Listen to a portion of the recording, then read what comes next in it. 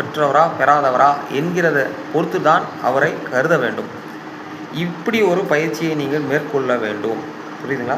உங்களுடைய இயலாமை தான் உங்களுடைய இயலாமையும் உங்களுடைய வசியத்துக்கு நீங்கள் அகப்படுவதால் தான் அவர்கள் இன்றும் உங்களை ஏமாற்றி கொண்டு இருக்கிறார்கள். தெரிந்தோ தெரியாமல் நீங்கள் கூட்டம் சேர்வதற்கு காரணம் அவர்களுடைய வசியம்தான். இந்த விஷயங்கள் தெரிந்துவிட்டால் நீங்கள் கூட்டம் சேர்வதில்லை.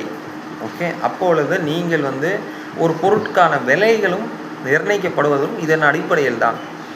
உங்களை அறியாமல் உங்கள் மனம் அது பின்னால் செல்வதால் அதோடைய டிமாண்ட் கூடுவதால் அதோடைய விலை உயர வேண்ட பொருள், அதாவது உணவுப் பொருட்களுக்கு தான் மதிப்பு கொடுக்க வேண்டும். ஆனால் இன்றைக்கி உணவுப் பொருள் குப்பையாட்டம் கிடக்குது.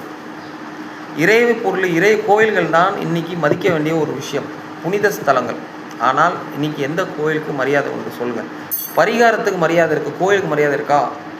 பரிகாரம் நீங்கள் செய்வீங்க, கோயில் மரியாதை கொடுப்பீங்களா? கொடுக்க மாட்டீங்க. பரிகாரத்துக்கு நீங்கள் பயப்படுவீங்க, கோயில் பயப்படுவீங்களா? பயத்தின் அடிப்படையில் தான் இறைவன் இன்னைக்கு பூஜிக்கப்படுகிறாரோ தவிர இறைவன் அன்பால் இன்னைக்கு யாரால் பூஜிக்கப்படவில்லை. அன்பு தானுங்க உயர்ந்த விஷயம். அன்பு இல்லை என்றால் எதுவும் இல்லை. அன்பால் மட்டும்தான் ஜெயிக்க முடியும். அன்பு தான் ஒரு மொழி, எல்லாருக்கும் புரிந்த மொழி அன்பு மட்டும்தான். அன்பு இல்லை என்றால் கண்டிப்பாக எந்த மிருகங்களும் இந்த உலகம் இயங்காது, பிரபஞ்சம் இயங்காது. அன்பின் அடிப்படையில் தான் பிரபஞ்சம் இயங்கி கொண்டிருக்கிறது. சரிங்களா? அதிகாரத்தன் தோரணையினாலேயோ இல்லை ஆடம்பரனாலேயோ இல்லை உயர்ந்த ரக பொருட்கள்னாலேயோ ரத்தனங்கள்னாலேயோ பதவியினாலேயோ இந்த உலகம் இயங்கவில்லை, இயங்கவும் முடியாது. அதுக்கு உயிர் இல்லை. உயிரற்ற பொருள் பின்னால் ஓட வேண்டாம். இறைவனை நாடுங்கள், உங்களுக்குள்ளே இருக்க அந்த ஆனந்தத்தை தேடுங்கள். இதன் தான் முக்கியமான அடிப்படை விஷயமே. அதுதான் உயர்ந்த ரத்னங்கள்.